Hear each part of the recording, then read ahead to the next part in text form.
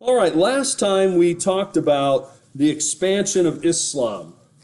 We talked a bit about the life of Muhammad, and the video you will be watching, Empires of Faith, is definitely going to deal with the life of Muhammad and his rise to power and a lot of the stuff that we've talked about, but in perhaps certainly in a different way.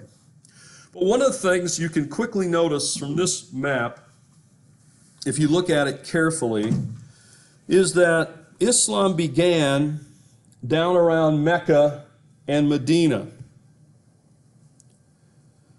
on the Arabian Peninsula. Okay? And we talked about Mecca and Medina last time. And by the time that Muhammad dies, you can see that really it's just that territory right around Mecca and Medina that is what we're talking about with Islamic faith and so forth, okay? That's how far Islam has spread. And that's being kind of generous because a lot of that's desert, okay? In other words, there's not a lot of people living off to the east of Mecca and Medina.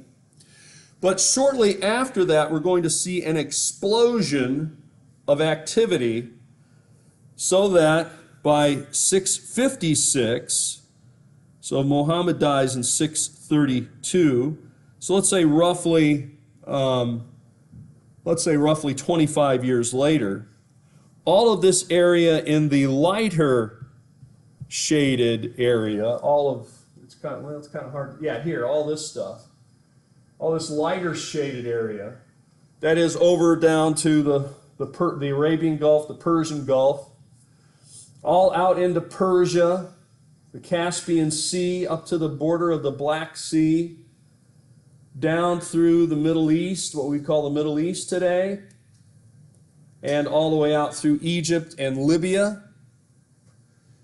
All of this territory then, in about 30 years, 25 to 30 years, is under the control of Muslim forces. And if you push it out to 733, which is just about 100 years after Muhammad, they're all the way over to the Indus River. They're all the way up to southern Europe. So they're past Spain, Barcelona, up to France, Morocco, Algiers, Tunisia, all the way across. Libya, Egypt, and then all the way to what would be Pakistan and Afghanistan. All of that territory is under their control. The question then comes, how could this happen? How could this happen? Well, there are many factors. If you ask a Muslim, they have a very quick answer.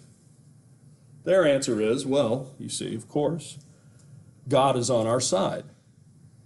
God was behind us. Providence, I guess we might call it, right, as Christians. Providentially, all the factors are right for this expansion. Well, certainly the factors are right for this expansion.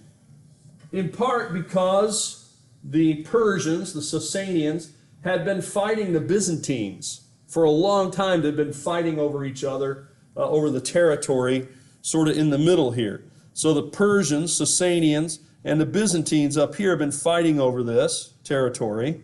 That had weakened both of them. This would be a short answer. It had weakened both of them. That territory was in turmoil, so that's part of it. Another part of it is, of course, that a lot of the people who were under Byzantine control, and that would include all these areas from Damascus, Jerusalem, Alexandria, they were under the centralized control of Constantinople. So all this territory here, Damascus, Jerusalem, Cairo, so forth, all that area had been Byzantine territory, Christian territory. However, they didn't get along with the main rulers in Constantinople. They had a lot of things they were not in common with. Some of them didn't like the outside control of Constantinople. They didn't agree doctrinally with all of the things. In fact, there was a large debate over the person of Christ, and we don't have time to talk about that in here. But the debate over who Christ was. So that in fact there is some evidence that when the Muslim forces arrive in Palestine, they were not heavily resisted. Certainly Byzantine forces came from the centralized government to fight them, but the local people didn't really put up a major resistance. Why? They didn't feel all that much connected to the Byzantines, and they didn't really think the Byzantines necessarily represented what they believed. Well, a lot more we could say about that. So that is, that is how it's possible. The Muslims were energized, the Muslims were motivated. The Muslims had not been fighting major powers. They basically sort of had a dispute internally, and now they're going to expand. Whereas these other forces are kind of tired, all right? They've been at it for a while, they've been fighting each other, and here comes a new force that they did not expect from a place they did not really expect either. And it kind of overwhelms them. And then the local people don't really support them. So there are a lot of issues and a lot of challenges that come with this expansion. As you watch the video, which I think you were supposed to watch already now, about Shias, which of course focused on a lot of modern issues with the Shias. So this will give you a little more background about that. One of the major issues that Islam will have to face is the matter of successors. As Muhammad got older, now remember we said Islam is shaped obviously by the recitation that Muhammad makes. He says the angel Gabriel gave him and he makes that. That becomes the Quran. But it's also shaped by how Muhammad implemented Islam, which of course means submission to God. Another, he oversaw the construction of a place of prayer outside of Mecca, a mosque. He implemented the idea of a call to prayer, that people needed to be reminded. We all need to be reminded, don't we? Sometimes I get emails. Well, let me rephrase that. All the time I get emails, right? I don't know how many emails I get. I have thousands of emails. Now, I don't get thousands in one day, thankfully. But I get thousands of emails. I have so many emails, I would have to devote probably several days just to clearing out all the emails. Unless I just want to indiscriminately erase them all, which sometimes I really like to do, but I haven't done yet. Because I know someday I'm going to need some of them, and it's sort of a bad filing system. Google the Gmail search. Maybe I can find it in there. I know it was in there. Where is it? But I get a lot of emails, and sometimes these come from people who are my bosses. Now, I say bosses because I have several. It seems like, I don't know how, I don't even think if somebody asked me to list who are your bosses, I could list them all. That's how many bosses I have. I got a lot of bosses. You think I don't, but I do. I've got other faculty, I've got department chairs, deans, provosts, I got administrators of various types, of people that run the center of this and the center of that, and the office of this and the office of that, and they send me emails of which I am supposed to, first of all, receive. There's an assumption I've received it. And secondly, there's an assumption I've read it. And thirdly, there's even a bigger assumption I've acted upon it. Because that's my duty. Now, that's not even adding in the 200 students or 150 students or whatever I have a semester that are always sending me emails. So I get a lot of emails. I got an email recently that said I failed to do one of the things the email told me to do. They sent me an email, I know they sent me an email, but I think it was in early January when I was getting a lot of emails that said I had to have something done by a certain date, which I'm not really sure what that was, but I'm assuming it was February 1st, since I got finally another email over the weekend, somewhat threatening, that I hadn't complied with the first email. Now, why did I say that? Well, I don't know. I suppose it's therapeutic for me, not for you. But I'm saying people need to be reminded. I think another reminder email, let's say a couple days out from that deadline, which you could automatically have the email do. I think people know how to do that stuff. I'm not as well versed on it as others. To say, you know what, don't forget by Friday at noon or whatever this has to be in. That's why I give you announcements every time we meet. It annoys you, but it reminds you that today at 4 o'clock we've got the Herodotus meeting.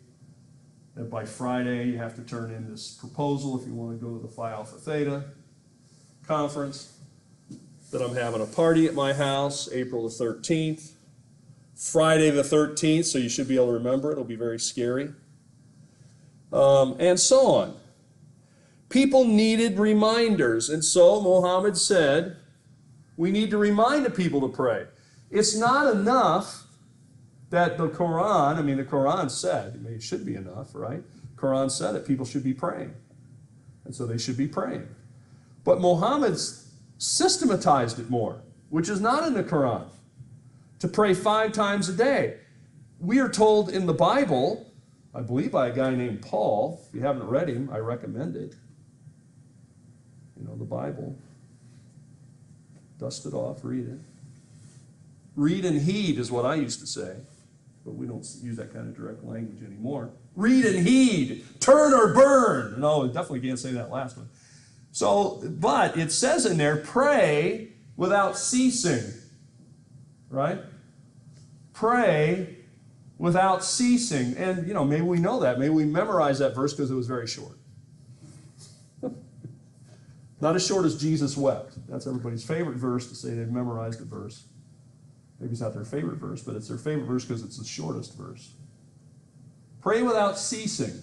Okay, even though we know that, we don't, unless you have a routine, you often forget to do that.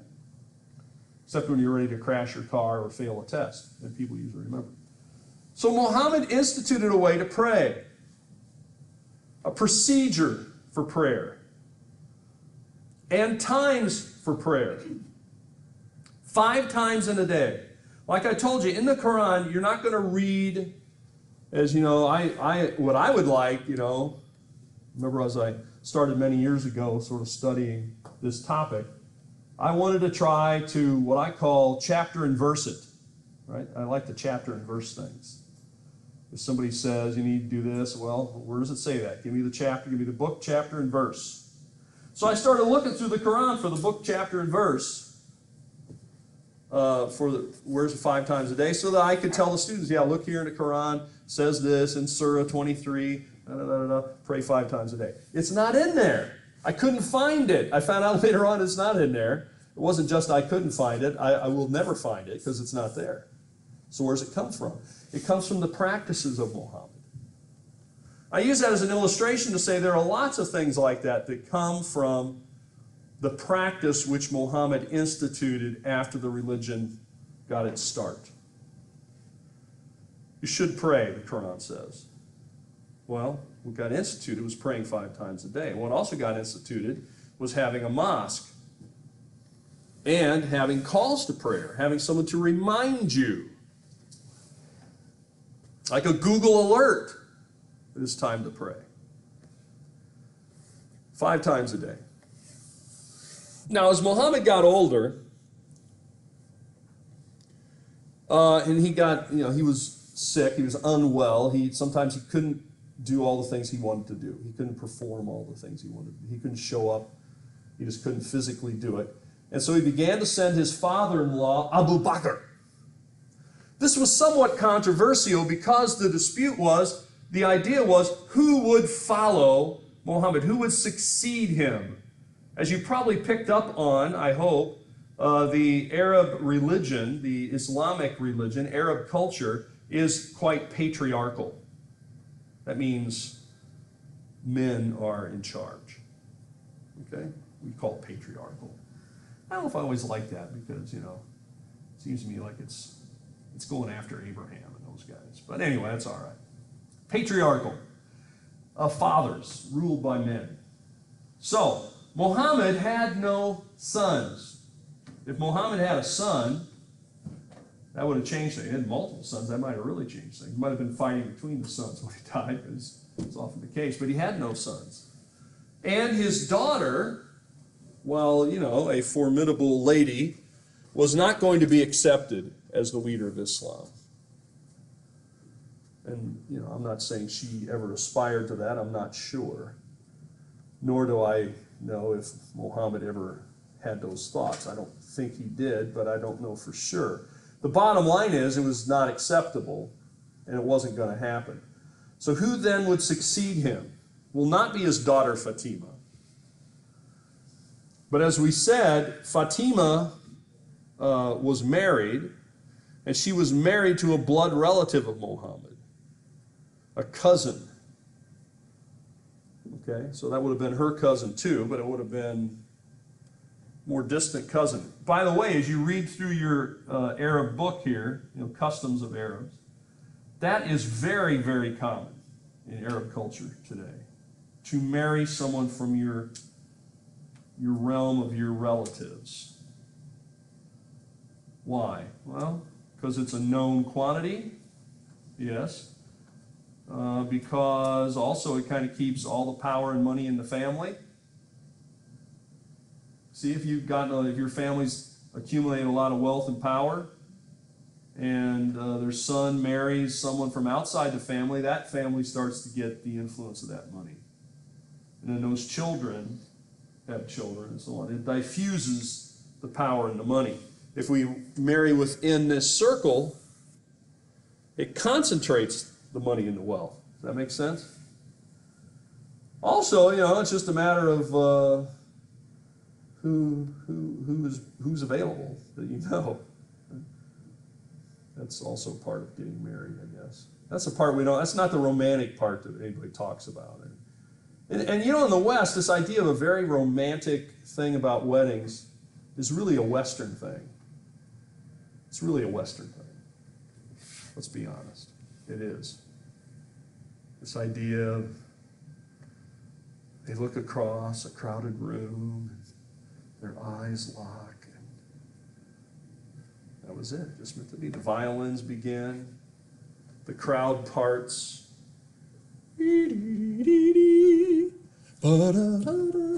then there it is, and that's it. It's romantic, and then the camera fades to black, and they lived happily ever after. Now that is a Western concept that not everyone in the world shares. I'm not saying it's a bad thing. If you like that, fine. I'm just saying it's not the case in all cultures. Well, Abu Bakr was in fact Muhammad's father-in-law. Muhammad ended up having several wives. Actually, more than 4, but we won't talk about that here right now. But he had several wives. This was one of his wives' father. And by the way, this guy was about Muhammad's age, maybe a little younger. Okay? So when Muhammad starts to get sick, he begins to turn this over to his father-in-law. That you might think strange, because the father-in-law is probably a lot older, but he was not. So Abu Bakr did this for a few years, but he was fairly old himself, and he died. So no one really questioned it at first. Well, I'd say they questioned it, but nobody did much about it for a couple of reasons. First of all, Muhammad had actually asked this guy to take on these duties. So that pretty much, you know, is an endorsement hard to deny, right? Muhammad asked me to do this. He asked me to run these things. And then after he died, he just kept doing it. Second thing is, they knew the guy was old. He was going to die pretty soon. Because one thing about being a leader for life, there's only one way to go out of office. Okay? Just something to keep in mind. Somebody's president for life or whatever, dictator for life, there's only one way we're going to change the leadership in that way, and that is death of the guy. So, but when he dies then, They just kind of put off, I guess what I'd say is just kind of put off the growing tension. And the growing tension was already there even before Muhammad died. And that is, who will succeed Muhammad? Who is legitimate to do it? Two camps generally come out of this. All right? One camp says it must be a blood relative of Muhammad. There can be no successor who is not a blood relative of Muhammad. The other camp is, no, it should come from those who were his allies, those who are faithful followers, but it's not limited to his bloodline. So if I had to summarize it quickly, that would be it. Through Muhammad's bloodline or not restricted to through Muhammad's bloodline. So when Abu Bakr dies, another leader is chosen. His name is Umar or Omar. Now he is actually chosen as Caliph. Caliph in Arabic simply means successor. Those who think it must be a blood relative of Muhammad do not accept him, and they do not call him a Caliph. The Shias must say you must have a bloodline. Yes. In a nutshell, that's the difference. There are other differences, but that's the big one. Yes? And what do Sunnis want? The Sunnis wanted a successor who had been a follower of Muhammad, a close follower. Someone would be a capable leader. Like best fit, kind of. Yeah, you might say that. I mean, of course, there's a lot of politics to all of this. But yeah, somebody who's known as a leader, someone who's known perhaps for military prowess and so forth, not necessarily restricted to a blood relative. So Omar is chosen. And the meeting, of it foments. When Omar dies of natural causes, the next successor is actually a relative of Omar. And what also the other part of this is that the power base is moving northward.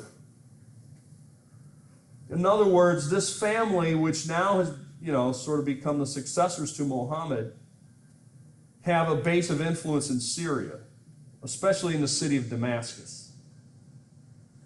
And so when Omar dies, then Uthman comes to power, and he becomes the next successor. And he has the title of Caliph. He's also Caliph, yes. This is when those who find this completely unacceptable feel they have to do something, right?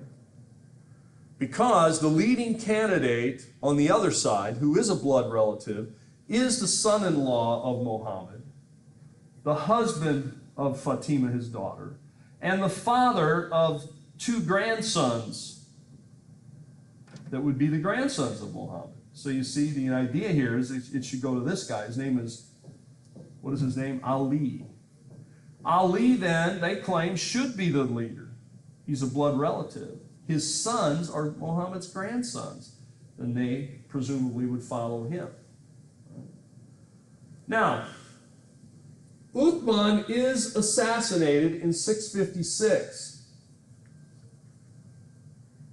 Did Ali order it? I mean, we know he didn't do it personally. Did he order it personally? Well, that I don't know either. But he may well have endorsed it, right? May well have endorsed it. At any rate, the accusations begin to fly that this is a rather convenient assassination for Ali. And the forces of Ali then, and the forces that are with Uthman, begin an open battle, an open what we could call civil war, I suppose, or battles anyway, over who should succeed Muhammad. So it's no longer political posturing, it is now actual conflict, armed conflict. The question is, Did Ali order the assassination?